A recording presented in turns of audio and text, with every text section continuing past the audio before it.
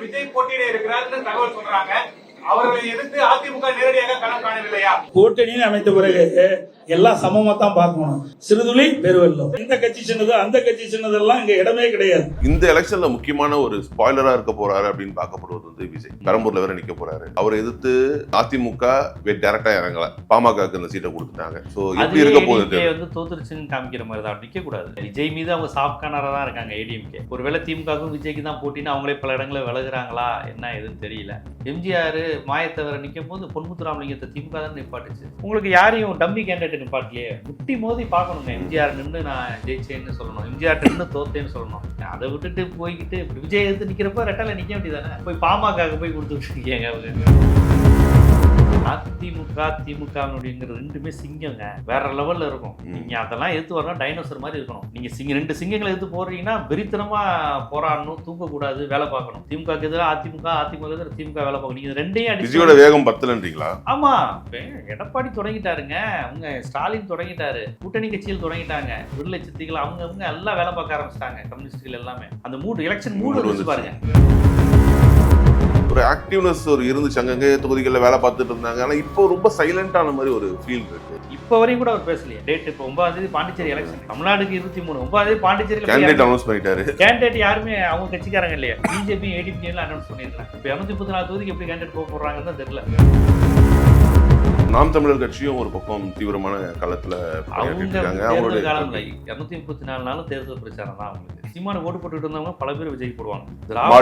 ஆமா, திமுக வேணாம் நினைக்கிறவங்க தானே. எனக்கு தெரிஞ்சு இந்த மாதிரி விஜயை விட சீமான் நின்ட்டாருன்னா சீமான் மிகப்பெரிய வெற்றி. விஜயை விட ஜெயிச்சிட்டாருன்னா பெரிய விஷயம் தான். திமுகவோட சீமானுக்கு போட்டியே இல்லை. இப்ப விஜய்க்கும் சீமானுக்கும் தான் யாரு அதிக பெர்சன்டேஜ் வாங்குறாங்க.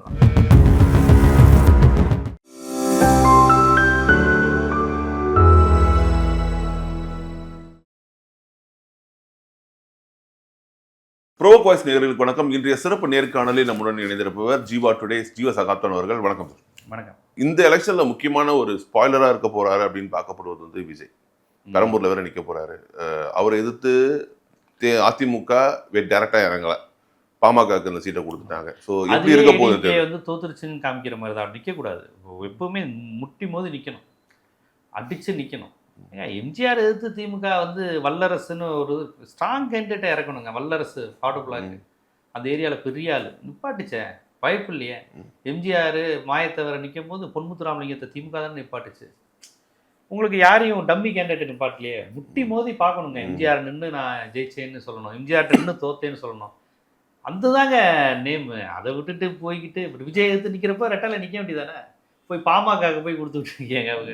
இல்லை, அது ஊருக்கு தான் சொல்றாரு. எங்கள் இதில் வந்து சின்ன கட்சி பெரிய கட்சி தான் இல்லை, நாங்கள் சிறுதுளியும் பெருவெல்லம் கூட்டணியாக சேர்ந்து நாங்கள் ஜெயிப்போன்ற மாதிரி ஒரு வாதத்தை முன்வைக்கிறாரு. அவங்க தெரியல, விஜய் மீது அவங்க சாஃப்ட் கார்னராக தான் இருக்காங்க ஏடிஎம்கே.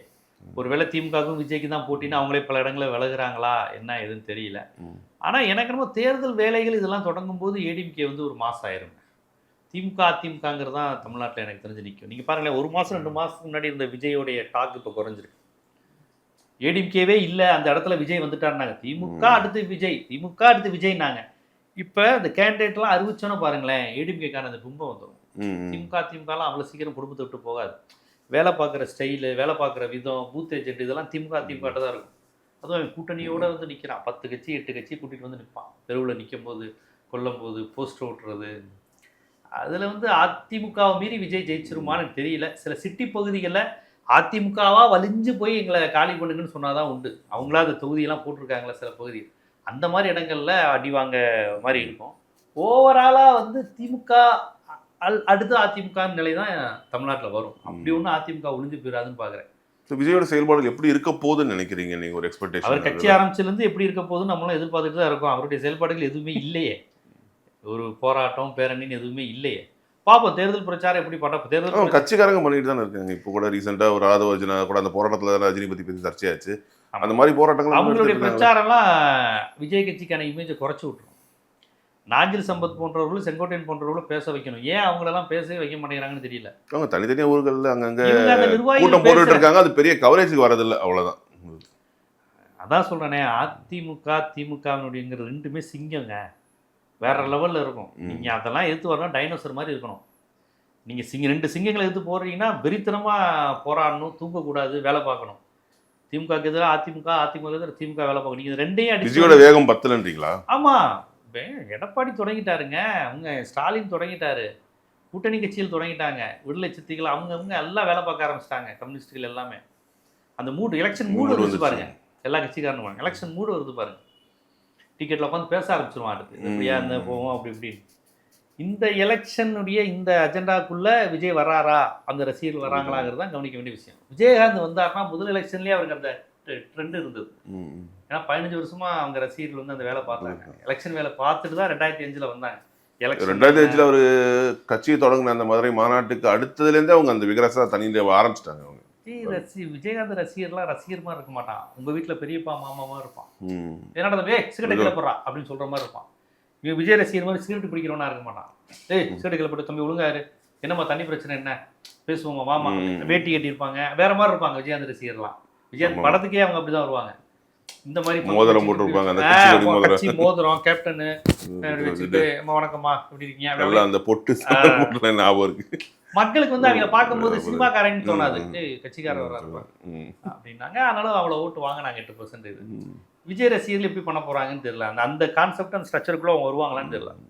இப்போ ஆரம்பிக்கும் போது பார்த்தீங்கன்னா இந்த மதுரை மாநாடாக இருக்கட்டும், இந்த கரூர் சம்பவத்தை தொடர்ந்து ஈரோடு மாதிரியான மீட்டிங்கில் இருந்ததுக்கு அப்புறம் கூட ஒரு ஆக்டிவ்னஸ் ஒரு இருந்துச்சு, அங்கங்கே தொகுதிகளில் வேலை பார்த்துட்டு இருந்தாங்க. ஆனால் இப்போ ரொம்ப சைலண்டான மாதிரி ஒரு ஃபீல் இருக்கு. அது எதனால அப்படின்றது கூட்டணி அமையாத போயிட்டதுனாலயா? விவகாரம் ஒன்று, தொடர்ச்சியா அவர் அந்த விபத்துகள் நடக்கிறத அவர் கண்டுக்காம இருக்கிறது ஒன்று, இரங்கல் தெரிவிக்காதது, வீட்டுக்கு போகாதது, இந்த மாதிரி பல்வேறு விஷயங்கள், எதுக்குமே பதில் சொல்லாதது போன்ற பல்வேறு விஷயங்கள், டெல்லி சிபிஐ வழக்கு, பிஜேபி எதிர்த்து பேசாதது எல்லாமே அந்த இமேஜை வந்து குறைச்சிருச்சு. இப்போ வரையும் கூட அவர் பேசலையே. டேட் இப்போ 9ஆம் தேதி பாண்டிச்சேரி எலெக்ஷன், தமிழ்நாடுக்கு 23, 9ஆம் தேதி பாண்டிச்சேரியில் கேண்டிடேட் யாருமே அவங்க கட்சிக்காரங்க இல்லையா, பிஜேபி ஏடிஎம்கே அனௌன்ஸ் பண்ணியிருக்காங்க. இப்போ 234 தொகுதிக்கு எப்படி கேண்டிடேட் போக போடுறாங்கன்னு தான் தெரியல. பாப்போம், அதுல இருந்து இருக்கு யார் யாரை போட போறாங்க, எந்தெந்த கட்சிங்கிறதுல இருந்து இருக்கு. இப்போ இதுக்கு மேல தெரிய வரும். ஆமா, அது தெரியும். 28ஆம் தேதி பிரச்சாரத்தை வர தொடங்க போறாருன்னு ஒரு தகவல். பாப்போம் எப்படி தொடங்குறாரு பார்ப்போம். அது நம்ம அதுக்கு அனுமதி கிடைக்க மாட்டேங்குதுன்ற மாதிரியான தகவல்களும் வந்துட்டு இருக்கு. பிரச்சாரத்துக்கு அனுமதி இல்லைன்னா அது ஆர்டிகல் 19க்கே எதிரானது இல்லை, மனிதன் வாழ்வதற்கான உரிமைக்கு எதிரான மாதிரி ஆயிடும். இப்பெல்லாம் பண்ண மாட்டாங்க, அதெல்லாம் வாங்கிடலாம். அது எல்லா கட்சியும் பண்ணிட்டு தானே இருக்காங்க. ஸோ நாம் தமிழர் கட்சியும் ஒரு பக்கம் தீவிரமான களத்தில் அவங்க தேர்தல் காலம் இல்லை, 234 நாளும் தேர்தல் பிரச்சாரம் தான் அவங்களுக்கு. அவங்க என்னைக்கு பிரச்சாரம் செய்யாமல் இருந்தாங்க? அவங்கள்ட்ட நீங்கள் பேட்டி எடுத்து டிவியில் பேசுகிறது எல்லாமே தேர்தலுக்கான பிரச்சாரம் தான். தேர்தல் பிரச்சாரத்தை அன்றைக்கி டிஃப்ரெண்ட்டாக பேசிட போகிறாங்க. ஒரே தான், மண் மக்கள் இனம் திராவிடம் அழிச்சிச்சு, தமிழை சேர்த்துட்டா, இதுக்கு முருகன் பாட்டை வச்சு தான் திருத்தணில் ஆரம்பிச்சிருக்காரு சீமான் வர பிரச்சாரத்தையே. வேலை எடுத்துட்டாரு. ஒரே மாதிரி தானே அவங்க பாணி தனிங்க. அவங்களுக்கு கேண்டிடேட் அவரை சொல்லும் போது சொன்ன அவங்க எல்லாம் திருசூலம், நான் வேலாயுதம் அப்படிங்கிறாரு அவரு. ஆமாம், அவர் பாணி தனி. அவர் எல்லா எலெக்ஷன்லையும் தனியாக தான் நிற்பார், ஜெயிக்க மாட்டோன்னு தெரியும், அவர் பாட்டுக்கு அதெல்லாம் பண்ணிட்டு போயிட்டு இருப்பார். அது அவர் வந்து நான் இருக்கிறது தான் மாற்று அரசியல். இப்போ எல்லாத்தையும் நான் திட்டி இப்படி கிரிட்டிசைஸ் பண்ணிட்டு அவங்களோட போய் சேர்றதுல எது வந்து எப்படி மாற்றா இருக்கும் இருக்கே. தமிழ்நாடு மக்கள் அதிகபட்சம் இப்போ 8% தானே தந்துருக்குறாங்க. பார்ப்போம் அடுத்தடுத்து. இப்போ விஜய் கேட்குறது சீமானுக்கும் ஓட்டு பிரியும் அப்படி இருக்கு. பார்ப்போம். ஆமாம், சீமானுக்கு ஓட்டு போட்டுக்கிட்டு இருந்தவங்க பல பேர் விஜய் போடுவாங்க. மாற்று வேணும். ஆமா, திமுக வேணாம்னு நினைக்கிறவங்க தானே அதெல்லாம் ஓட்டு விடும். பார்ப்போம் அதை மீறி எவ்வளோ நிற்கும். எனக்கு தெரிஞ்சு இந்த மாதிரி விஜயை விட சீமான் நின்ட்டாருன்னா சீமான் மிகப்பெரிய வெற்றி, பெரிய விஷயம் தான். ஏன்னா இந்த ரசிகர் மனநிலையில் இல்லை, இவ்வளோ மீடியா ஃபோக்கஸ் இல்லை, அது இல்லாமலே விஜயை விட ஜெயிச்சிட்டாருன்னா பெரிய விஷயம் தான். திமுகவோட சீமானுக்கு போட்டியே இல்லை. இப்போ விஜய்க்கும் சீமானுக்கும் தான் யார் அதிக பர்சன்டேஜ் வாங்குறாங்கிறது தான். மிக்க நன்றி தேவதாஸ்.